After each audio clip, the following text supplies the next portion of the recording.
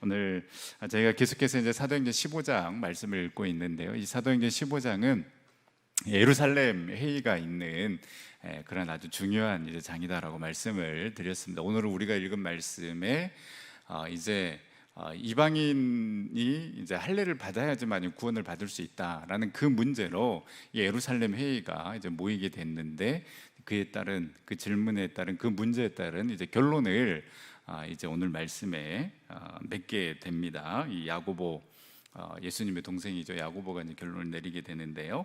이 잠깐 한번 복습해 보면 이 사도행전 15장은 1차 전도 여행을 이제 마치고 난 다음에 그 안디옥 교회에서 이 바울과 바나바를 파송하지 않았습니까? 그 1차 전도 여행을 마치고 나서 이제 다시 이 안디옥 교회로 바나바와 바울이 돌아왔는데, 여기서 이제 논쟁이 일어나게 됩니다. 무슨 논쟁입니까? 예루살렘에서 이 유대인들이 이 안디옥 교회에 와가지고 이 이방인들도 할례를 받아야지만이 구원을 받을 수 있다라고 이렇게 주장하는 유대인들이 나타나게 된 것입니다. 그런데 이 안디옥 교회는 이 바울과 바나바의 말을 듣기보다는 차라리 이 문제는 예루살렘에 가서 그 장로들에게 물어보는 게 더 낫지 않겠느냐라고 이렇게 결론을 내리면서 이 바울과 바나바를 예루살렘으로 보내게 됩니다. 사실 말씀드린 것처럼 이 바나바와 바울 입장에서는 굉장히 서운할 수 있습니다. 왜냐하면 이 바나바 같은 경우에는 이 안디옥 교회 어떻게 보면 담임 목사이지 않겠습니까? 그리고 다소에 있었던 바울을 불러가지고 이 바나바와 바울이 공동 목회를 했습니다. 그래서 놀라운 부흥을 경험했던 교회가 안디옥 교회입니다. 그런데 이제 이들이 또 바나바와 바울을 파송해서 이 선교 사역을 잘 감당하고 돌아왔는데 이 문제가 일어나니까, 사실 그러면 여러분, 예루살렘에서 온 유대인들의 말을 믿어야 됩니까? 아니면 정말 2년 전에 정말 그 훌륭하게 목회를 했던 바나바와 바울의 말을 들어야 되겠습니까? 당연히 이 바나바와 바울의 말을 들어야 되지 않겠습니까? 그런데 예루살렘에 가서 한번 결론을 내리자라고 이렇게 이야기를 하니까 되게 이제 바나바와 바울 입장에서는 좀 서운한 마음이 있었을 겁니다. 그런데 연약한 자들을 세울 수만 있다라면 내가 얼마든지 예루살렘에 가서 결론을 가지고 오겠다. 바울과 바나바는 이제 확신이 있었던 거죠. 분명히 이 놀라운 사역들을, 이 흐름을 바꿀 수는 없다라는 것이죠. 분명히 이방인들에게도 할례를 받지 않아도 믿음으로 구원받을 수 있다라는 그 확신이 바나바 바울에게는 있었기 때문에 어떻게든 이 연약한 자들, 의심이 많은 자들을 세울 수만 있다라면 내가 기꺼이 그 예루살렘으로 가겠다라고 해서 이제 예루살렘으로 이 바나바 바울이 오게 되고, 그래서 이제 이 문제를 가지고 이 정교 회의, 예루살렘 회의가 일어나게 된 것입니다. 이렇게 예루살렘에 올라가서도 논쟁이 있었지만은, 그러나 7절에서 11절 말씀에 보면 이 베드로가 일어나서 말을 하게 됩니다. 일종의 자신의 체험이요, 간증이요, 고백입니다. 풀어서 해석을 하면, 나도 전에는 이방인의 구원에 대해서는 조금 찜찜한 경우였는데 하나님께서, 예수님께서 나를 깨우쳐 주셔서 그 보자기 한 상으로 나를 깨우쳐 주시고, 또 이방인인 그 고넬료 가정으로 하나님께서 가라고 그렇게 나를 이끌어서 그 고넬료 가정에 가서 그 고넬료 가정이 변화되고 성령을 받고 구원받는 것을 내가 똑똑히 목독했다라는 것입니다. 그래서 이방인들에게도 구원이 임한다. 그래서 그들에게 성령을 허락해 주시는 분이시고, 베드로가 결론을 내리죠. 이방인들에게도 우리와 동일하게 하나님의 은혜를, 하나님의 은혜의 그 구원을 받은 자임을 우리는 믿는다라고 이렇게 베드로가 이야기를 합니다. 사실 베드로가 이렇게 이야기함으로 인해서 어떻게 보면 이제 이 논쟁 게임은 이제 끝나게 된 겁니다. 그리고 오늘 12절 말씀에 보면 이어서 바나바와 바울 역시 1차 전도 여행 때 자신들을 통하여서 그 이방인들이 구원을 받고, 또 그들 가운데 있었던 그 표적과 기사에 대해서도 이야기를 하게 됩니다. 여러분, 베드로도 그렇고요, 이 바나바도 바울도 그렇고, 이들이 이렇게 확신 있게 이야기할 수 있었던 이유는 무엇입니까? 이방인들에게도 구원이 임한다라는 것입니다. 믿기만 하면 하나님의 그 놀라운 구원의 역사가 임한다라고 이렇게 자신 있게 선포할 수 있었던 이유는 무엇입니까? 내가 경험한 그 예수님에 대해서 지금 이야기를 하고 있기 때문입니다. 물론 바울 같은 경우에는 율법에 정통한 사람이기 때문에 얼마든지 논리적으로 또 변증학적으로 이야기할 수 있었을 것입니다. 그러나 여러분, 논리보다 더 힘이 있는 것은 내가 직접 경험한 사실을 이야기할 때에 어떻습니까? 훨씬 더 힘이 있는 것입니다. 우리가 전도할 때에 물론 복음이 무엇인지 알아야 됩니다. 그리고 우리가 어떻게 구원을 받았는지 설명할 수 있어야 합니다. 하지만 더 중요한 것은 구원받은 내가 만난 주님의 이야기인 것입니다. 그 주님을 만나서 변화된 나의 스토리가 더 힘이 있고 능력이 있는 것입니다.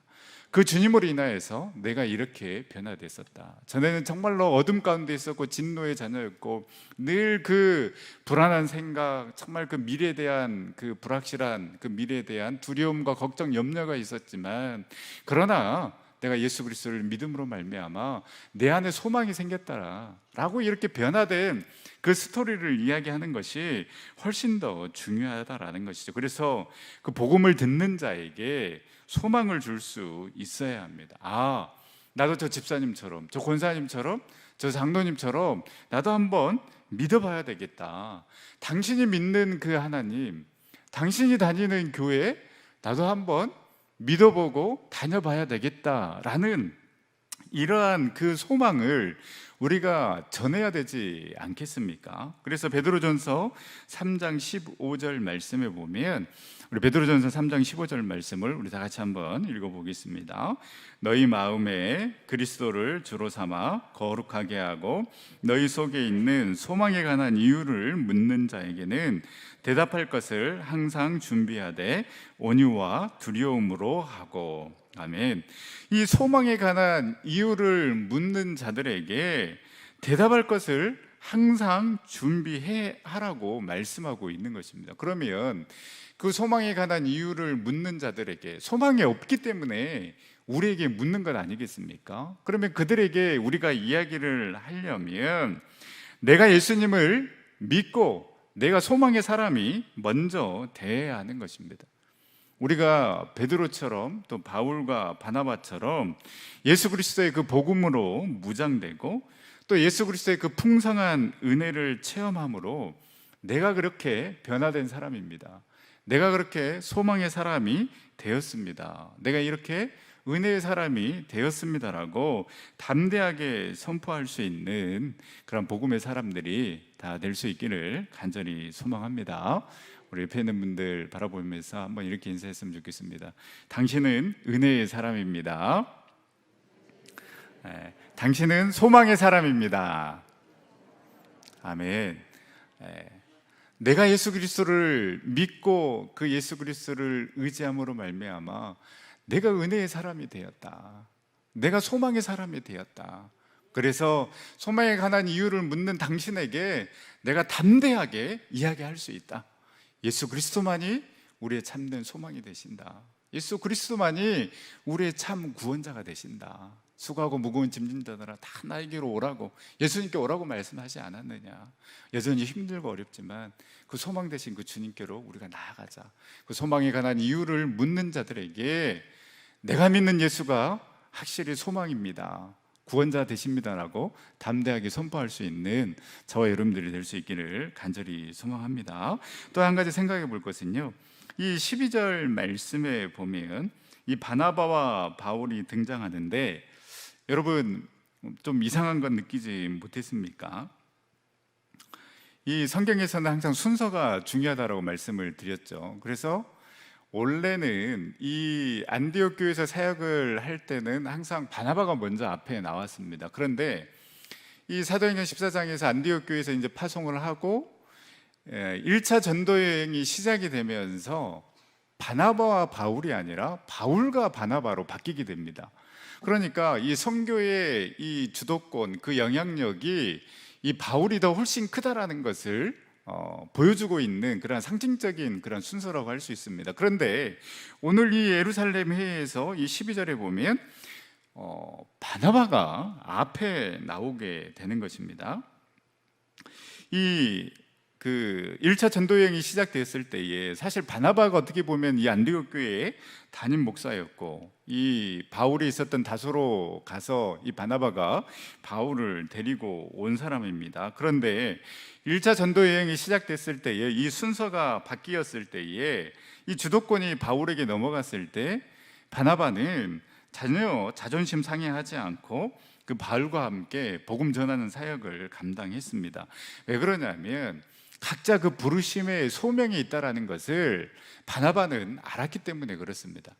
내가 이 안디옥 교회에서 사역을 할 때는 내가 중심이 돼서 사역을 하지만은, 그러나 선교의 사역을 감당하는 데 있어서는 이 바울을 다메섹 도상에서 하나님께서 불렀을 때에 너는 택한 나의 그릇이다라고 이야기하지 않았습니까? 그 부르심을 바나바도 알고 있었고, 이거는 이방인들을 위한 전도 여행이기 때문에 나보다는 바울이 앞서는 것, 바울이 주도권을 갖는 것이 옳다라고 이렇게 바나바도 인정을 한 것입니다. 그래서 바울과 함께 한 것입니다.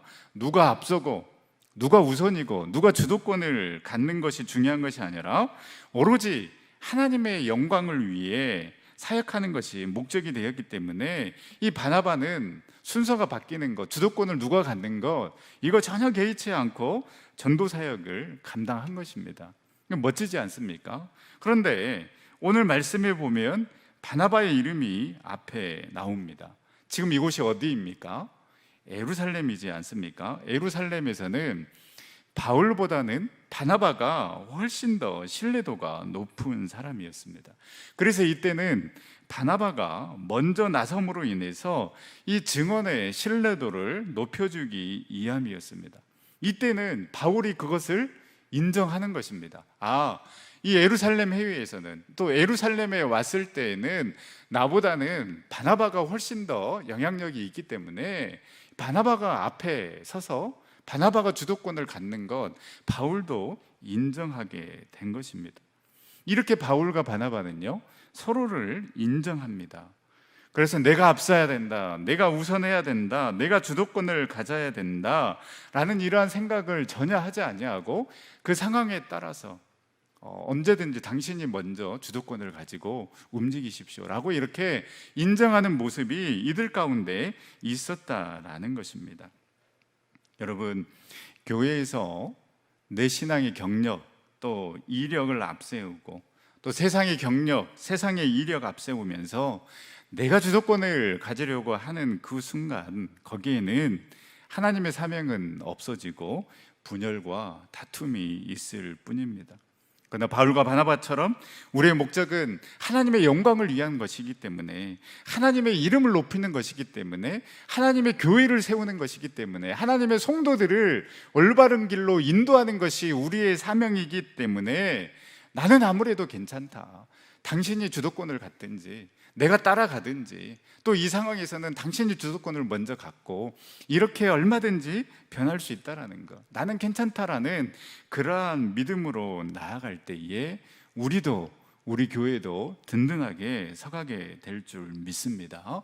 여러분, 우리 전성교회가 이런 교회가 되어야 합니다.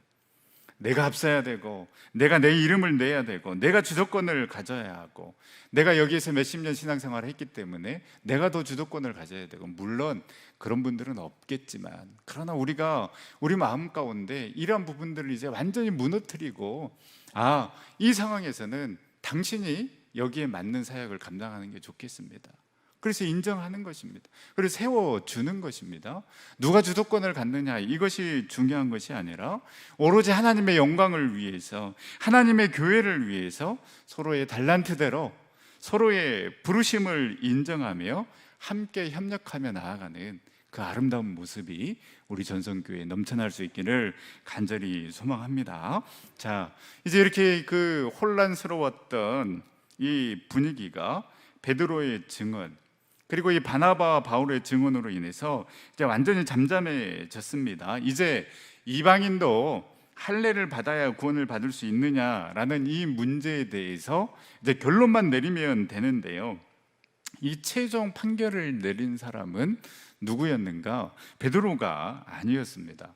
이걸 보면 이 예루살렘 회의에서 이 베드로보다 더 높은 권위를 가진 사람이 있었다라는 건데요. 그게 누구입니까? 우리 13절 말씀 보면 13절에 말을 마침에 야고보가 대답하여 이르되 형제들아 내 말을 들으라. 형제들아 내 말을 들으라.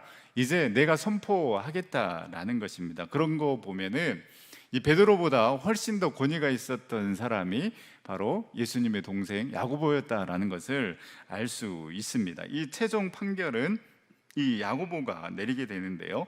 이 야고보는 어떻게 보면 제1회 예루살렘 공의회의 이제 의장이 바로 이 야고보였던 것 같습니다. 이제 야고보가 말합니다. 우리 14절 말씀을 한번 읽어보겠습니다. 14절 말씀. 하나님이 처음으로 이방인 중에서 자기 이름을 위할 백성을 취하시려고 그들을 돌보신 것을 시므온이 말하였으니.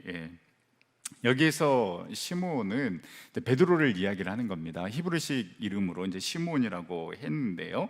이 베드로가 이미 앞에서 이야기한 내용을 다시 언급하면서 이 고넬료 가정을 구원하기 위해서 이 하나님께서, 우리 주님께서 이 베드로에게 환상을 보여주시면서 베드로를 깨우쳐 주신 것 아니겠습니까? 말씀드린 것처럼 이때까지만 해도 베드로가 그렇게 적극적으로 이방인들을 구원하기 위해서 움직이지 않았습니다.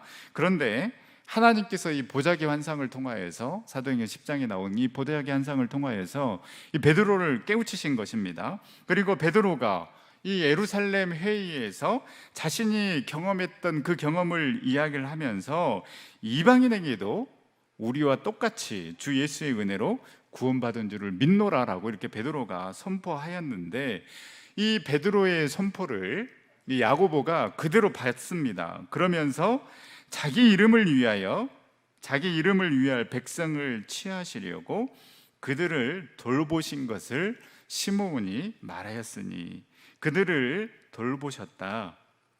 즉 고넬료 가정을 하나님께서 돌보시기 위해서 베드로를 그렇게 움직이신 것 아니냐라고 이렇게 이제 야고보가 이야기를 하고 있는 것입니다.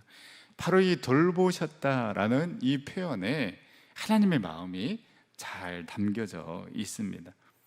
이 고넬료 가정을 얼마나 사랑하셨으면 하나님께서 이 모든 것들을 다 세팅해서 베드로에게 환상을 보여주시고 그리고 깨우쳐 주시고 또 고넬료 가정으로 가라고 우리가 이미 묵상하지 않았습니까? 정말 그 한 치의 오차도 없이 그 모든 과정들을, 그 모든 상황들을 하나님께서, 우리 주님께서 세팅해 놓으셨고 고넬료 가정을 하나님께서 살리신 것, 구원받게 하신 것 아니겠습니까?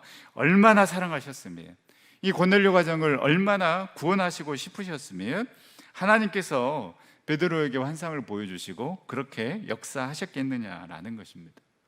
이 돌보다라는 것은요, 슬픔이나 고통 혹은 절망 속에 빠져 있는 사람을 직접 찾아가서 돌보시고 위로해 주는 것을 의미합니다.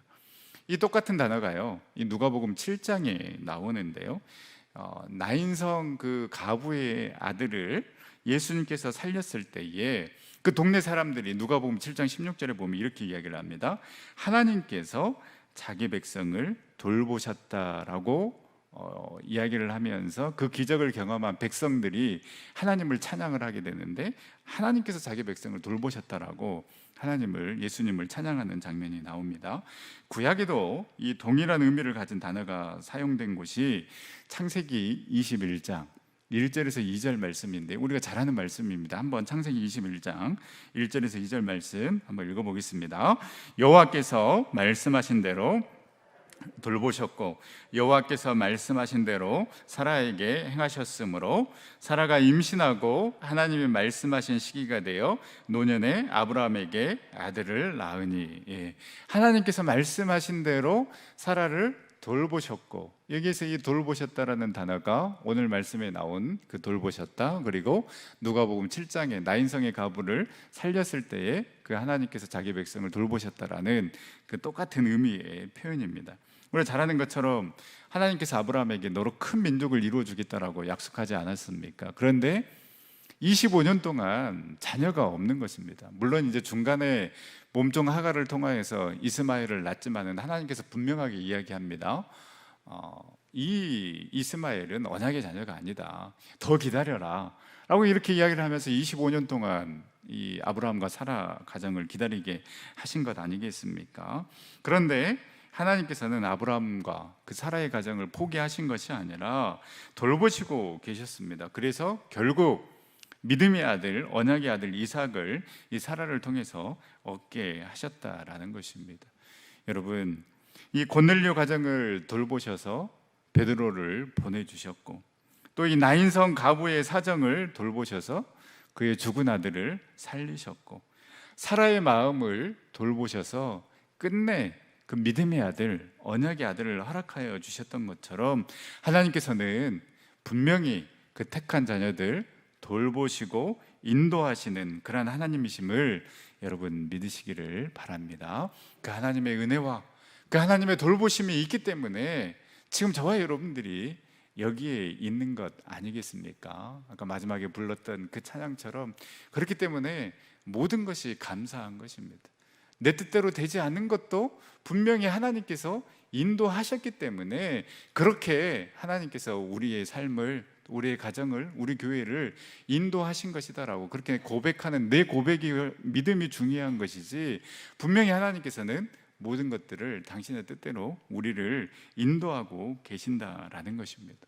내가 원하는 시간에 내가 원하는 방향대로 되지 않을 수 있습니다. 그러나 한순간도 우리 주님께서는 그 택한 자녀들 포기하지 아니하시고 돌보시고 인도하셔서 끝내 당신의 뜻대로 인도하여 주실 그 하나님을 우리가 끝까지 신뢰하며 나아가는 저와 여러분들의 삶이 될 수 있기를 간절히 소망합니다.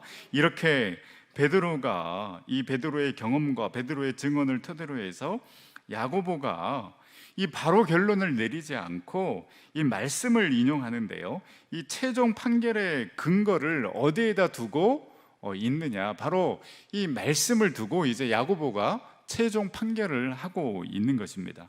우리 16절에서 18절 말씀을 우리 다시 한번 읽어보도록 하겠습니다. 이후에 내가 돌아와서 다윗의 무너진 장막을 다시 지으며 또 그 허물어진 곳을 다시 지어 일으키리니 이는 그 남은 사람들과 내 이름으로 일컬음을 받는 모든 이방인들로 주를 찾게 하려 함이라 하셨으니 즉 예로부터 이것을 알게 하시는 주의 말씀이니라 함과 같으니라. 아모스 9장 이제 11절 12절 말씀을 인용을 합니다. 이 야고보는 그 의장의 권위로 또 베드로와 바울과 바나바가 그렇게 경험했기 때문에 지금 최종 판결을 한 것이 아니라, 내가 의장이기 때문에, 그리고 베드로가 바울과 바나바가 경험했기 때문에 이렇게 선포한다라는 것이 아니라 최종적으로는 말씀에 근거하여서 최종 판결을 하게 되는 것입니다.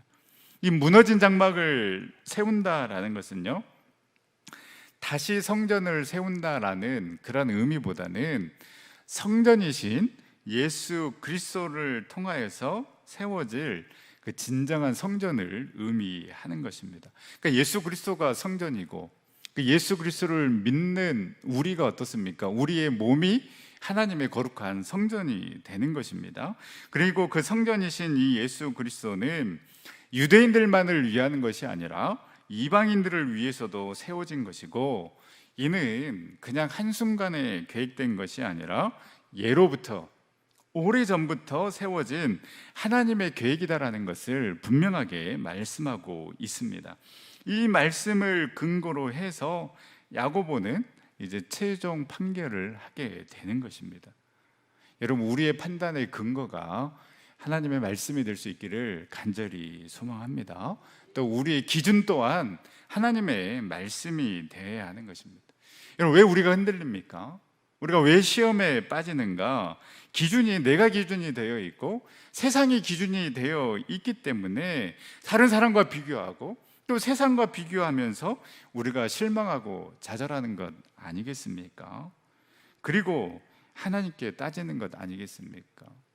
하나님, 왜 저 사람은, 전 믿지 않는 사람은 왜 저렇게 잘 되는데 나는 왜 이렇게 아파야 합니까? 나는 왜 이렇게 고통을 당해야 됩니까? 내가 왜 이렇게 힘들어야 합니까? 라고 이렇게 우리가 하나님께 따지지 않습니까? 왜 그렇습니까? 온전한 하나님을 온전히 신뢰하지 못했기 때문에 여러분 우리가 흔들리는 것입니다. 내 기준을 세상 것에 두는 것이 아니라 세상 사람과 비교하면서 그 기준으로 삼는 것이 아니라 오로지 우리의 기준이, 우리의 방향이 하나님의 말씀이 될 수 있기를 간절히 소망합니다. 그리고 시건치 아니하시고 그 하신 말씀을 반드시 실행하시는 그 하나님을 우리가 믿고 있다, 우리가 신뢰하고 있다라는 그 믿음을 가지고 나아갈 때에 한치의 오차도 없이 하나님의 말씀대로 우리의 자녀, 우리의 교회를 또 우리의 자녀들을, 우리의 삶을 인도하여 주실 줄 믿습니다. 왜 하나님께서는 이 예수님을 보내셔서 진정한 다윗의 장막을 세우게 하셨습니까? 여러분, 이 성전이라는 것은 거룩함의 상징입니다. 그리고 이방인들에게는 거리가 먼 곳일 수 있습니다.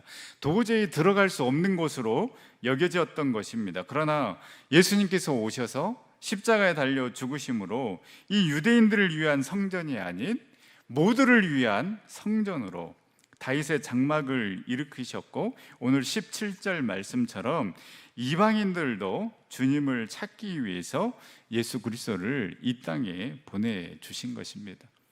그래서 하나님께서 어떻게 보면 이스라엘 백성들이 그토록 귀중하게 여겼던 그 성전을 끝내 무너뜨려 버렸던 이유가 무엇입니까?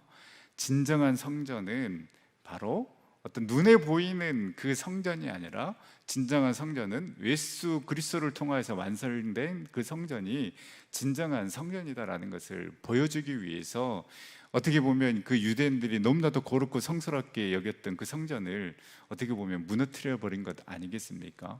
그리고 3일 만에 내가 성전을 세우겠다라는 것, 이것은 무엇입니까? 예수님께서 십자가에 달려 죽으시고 부활하심으로 말미암아 진정한 성전은 이제 예수님 자신이 되는 것입니다. 그리고 예수님을 믿는 사람은 누구나 다 거룩한 성전이 되는 것입니다. 이것을 이야기를 하고 있는 것입니다. 그래서 누구든지 주의 이름을 부르는 자는 구원을 얻으리로다.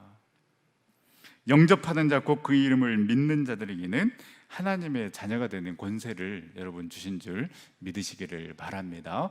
야고보가 이제 이 말씀을 근거로 해서 결론을 내리는 것입니다. 그래서 모든 사람들이, 이방인들도 주님을 찾을 수 있도록 예수님께서 이 땅에 오셨고 십자가에 달려 돌아가셨고 그 예수님이 거룩한 성전이 되셨다라는 것을 선포하고 있는 것입니다. 그러면서 야고보는 이제 선포합니다. 19절에 그러므로 이제 결론을 이야기하는 것이죠. 내 의견에는 이방인 중에서 하나님께로 돌아오는 자들을 괴롭게 하지 말라. 이방인들에게도 얼마든지 그 구원의 역사가 임한다라는 것을 최종적으로 야고보가 선포하는 것입니다. 이 이방인들도 하나님의 그 은혜를 찾기 위해서, 주를 찾기 위해서 예수님께서 오셨다라는 것입니다. 할례를 받았느냐 받지 않느냐, 이것이 구원의 조건이 되는 것이 아니라 하나님을 찾는 자는, 그 예수 그리스도의 이름을 부르는 자는, 영접하는 자는 누구든지 구원을 받을 수 있도록 예수님께서 이 땅에 오셨다라는 것을 결론을 내리면서 하나님께로 돌아오는 자들을 괴롭게 하지 말라라고 최종적으로 선포를 하고 있는 것입니다. 할례 받지 않아도 구원받을 수 있다. 예수님을 찾으면, 예수님을 믿으면 어떠한 죄인이라도, 이방인들이라 할지라도 구원을 받을 수 있다는 것입니다. 너희들이 무엇이간데 이 하나님의 은혜를 막을 수 있겠느냐? 더 이상 하나님께로 오는 자들을 괴롭게 하지 말라라고 선포하고 있는 것입니다. 여러분, 이 괴롭게 하지 말라라는 것은요, 정죄하지 말라라는 그런 의미로 해석할 수도 있을 것 같습니다. 유대인들은 먼저 율법을 알았다라는 이유로 이방인들을 정죄하였고 또 유대인조차도 스스로 정죄하였습니다. 그러나 율법의 진정한 정신은 사랑일진데 이 사랑은 온데간데 없고 율법을 핑계로 오히려 정죄하고 연약한 자들, 죄인들과 함께하는 예수님 또한 정죄한 자들이, 괴롭게 한 자들이, 그래서 십자가에 못 박아버린 자들이 바로 유대인들이었습니다. 그래서 수많은 백성들을 괴롭게 한 장본인들이 바로 율법을 안다라고 자부하는 자들이었습니다. 여러분, 율법을 알았다라면 그 기준은 철저하게 나에게로 향해야 되는 것입니다. 그런데 바리새인, 사두개인, 종교 지주자들은 어떻습니까? 율법을 알았다라는 그 이유로 그 말씀의 잣대를 나에게 들여대는 것이 아니라 다른 사람들에게 들이댔다라는 것입니다. 하나님께서 우리에게 말씀을 주신 이유는요, 내 삶을 통해서 내 삶을 돌아보라는 그러한 이유로 이 말씀을 주신 것이지, 이 말씀을 가지고 다른 사람들을 정죄하고 판단하고 괴롭게 하라고 이 말씀을 주신 것이 아니다라는 것입니다. 여러분, 우리가 이 하나님의 말씀을 나의 기준으로, 하나님의 말씀을 나를 향한 그 기준으로 삼을 수 있기를 간절히 소망합니다. 제가 뭐 농담으로도 여러 번 이야기했지만은 꼭 이렇게 말씀을 전하면 이게 꼭 이렇게 뒤를 쳐다보는 사람이 있어요. 아, 이 말씀은 누구 권사가 들어야 되는데, 누구 집사가 들어야 되는데, 형 오늘 안 온 것 같네. 아, 꼭 와서 들었어야 되는데. 여러분, 다른 사람 생각하지 마시고, 그 선포되는 말씀 가운데, 아, 이 말씀은 나를 향한 말씀이구나. 유대인들에게 율법을 주신 이유는 무엇이겠습니까? 그 율법 가지고 네가 율법 알았다고 다른 사람들을 정죄하고 판단하기 위해서 주신 것이 아니라 이 말씀을 먼저 주신 이유는 무엇이겠습니까? 사랑하라는 것 아니겠습니까? 말씀대로 살아가라고, 그 말씀의 기준을 나에게 맞추라고 이 말씀을 먼저 주신 것 아니겠습니까? 우리가 왜 말씀을 읽고 왜 말씀을 묵상합니까? 다른 사람들을 정죄하고 판단하고 미워하기 위해서 말씀을 읽는 것입니까? 아니지 않습니까? 내가 하나님 앞에 서기 위해서, 정말 이 하나님 말씀대로 살아가기 위해서 하나님께서 이 말씀을 들려주시는 것 아니겠습니까? 이방인들에게도 마찬가지입니다. 야고보는 20절 말씀에 보면 다만 우상의 더러운 것과 음행과 목매어 죽인 것과 피를 멀리하라고 편지하는 것이 옳으니라고 이렇게 이야기를 합니다. 유대인들에게는 제발 그 말씀 가지고 괴롭게 하지 말아라, 이방인들, 다른 사람들을 괴롭게 하지 말라라고 이야기를 하면서 또 야고보는 이방인들에게 뭐라고 이야기를 하냐면 우상의 더러운 것, 음행과 목매어 죽인 것과 피를 멀리하라 라고 편지하는 것이 옳다라고 이야기를 하는 것입니다. 그러니까 이방인 중에서도 이방인인 이 크리스천들에게 사실 이러한 것들은 결코 중요하지 않을 수 있습니다. 뭐 피, 음행 이런 거 행할 수 있습니다.